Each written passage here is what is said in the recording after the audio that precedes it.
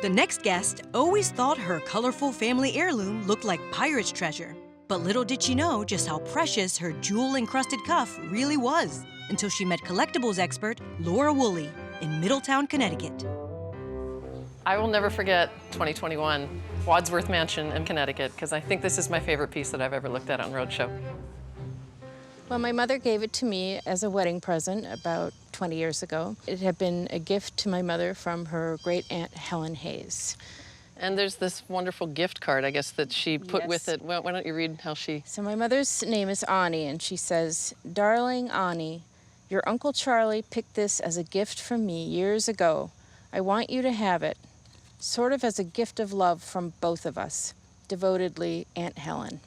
What do you know about it? I know almost nothing about it. I had a friend who sort of intimated that it was costume jewelry and the stones were glass. And then I showed someone a photograph of it, and they said, "Well, you know, those stones, I think they're real, and I'll give you $1,000 for it."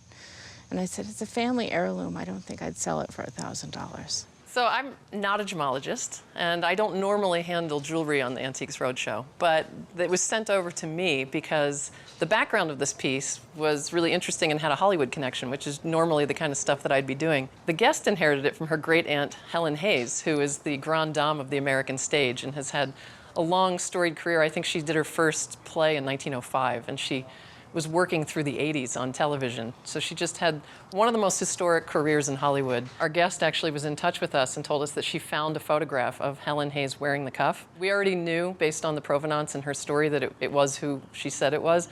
But to find the photo is kind of the icing on the cake. This is a design that was quite famous in the 30s because, this is a very long name, Fulco Santo Stefano della Cerda, Duke of Verdura, was the designer who started working with Chanel in 1927 as a textile designer.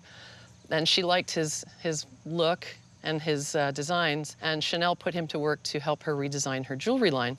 And so he famously, one of the first pieces he made for her was a pair of Maltese cross bracelets that looked just like this. Kind of the birth of Chanel's jewelry really starts with Verdura. She first tasked him with taking some jewels from other pieces of her jewelry to create something new, and this is how he repurposed. He created the Maltese crosses. While I understood the background and the history of this piece, I knew that we needed to pull in some friends, and so we pulled in Kevin Zavian, who is a gemologist. And I will never forget, he sat down, got his little kit out, and he had his loop, and he was very quiet, and he was kind of writing tons of notes on a little pad. And all of a sudden, he stood up, and he looked at me, and he went, "It's all real." And our eyes both lit up, and I went, "Oh my God, this is a big deal. This is gonna be a big deal." And he goes, "It's beautiful."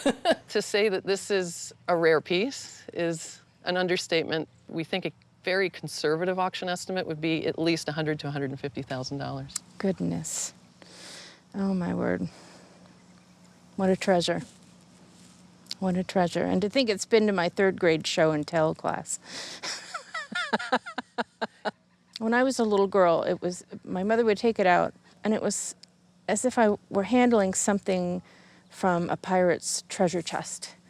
And you've brought that feeling back to me today. And the next thing I know, in 2023, someone told me that Bonhams in New York City had sold the bracelet on their jewelry auction December 4th. Attributed to Chanel for Verdura, a gem set and enamel Maltese cross cuff, circa 1930 in France, and coming from the collection of such an iconic Hollywood name, Helen Hayes.